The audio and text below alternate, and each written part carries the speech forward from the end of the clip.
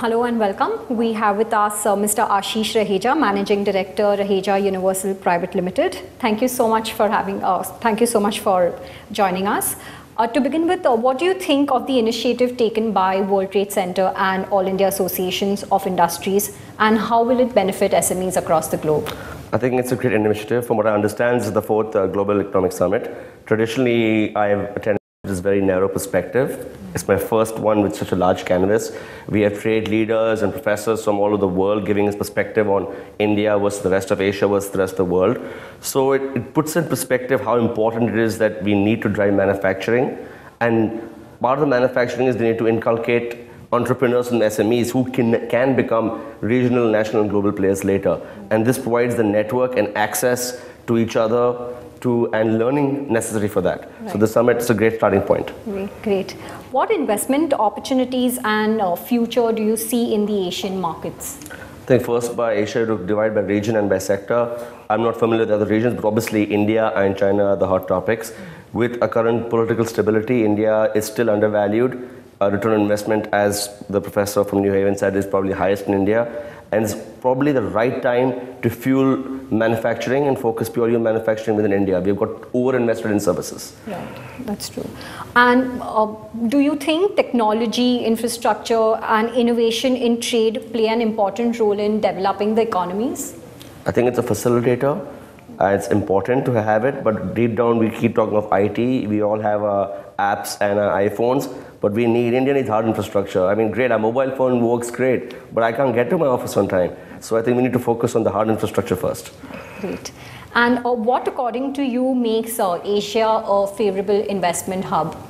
Well, we say Asia is a continent, but actually it's half the world's population, but it is not half the world's GDP. It is definitely the youngest continent. It has the highest content. And if you look at before the colonial era, we were 70% of the world GDP. So if you look at the cyclical nature, and now with Western technology and new business ideas, the beta for Asia is much higher than Europe or North America. Right. So it's the future. I mean, it has been for the last 20 years, but now we are at a tilting point. Yeah, very true. And how can the real estate sector contribute to the SMEs in India? Traditionally, SMEs is considered a priority sector like agriculture, and it's always been supported by government. But government always has its own, so many other agendas, etc. State and center needs to look eye to eye. Now, if there's the private sector with proper land acquisition and provide facilities, like the private banks can provide softer lending to the SMEs, which actually come the priority sector. So they fill in their quota. So banks like our commercial banks focus on them. Instead of agriculture, they can also do SMEs. Then they'll get access to easier finance. That's their first hurdle. Second is, though there's a government regulatory framework, very few private players actually develop the infra for SMEs. They straight away go into the city centers and urban areas for commercial or residential infrastructure.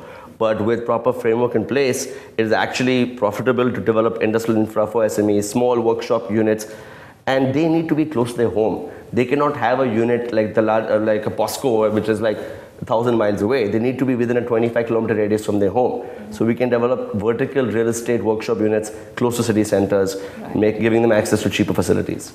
Perfect. And what are the areas the government would like to focus or should focus in the coming months in the SME space? I think each successive state government needs to emulate the center, and make it the ease of business must be reduced. Large businesses have to get multiple licenses, but they have departments and organizations for that. SMEs are typically proprietors of 3 or 4 people. You cannot have them sitting at babus and bureaucracies for licenses. Karnataka just delicensed SMEs. Anything under 10 lakh rupees or 10 crore rupees, they don't need a license.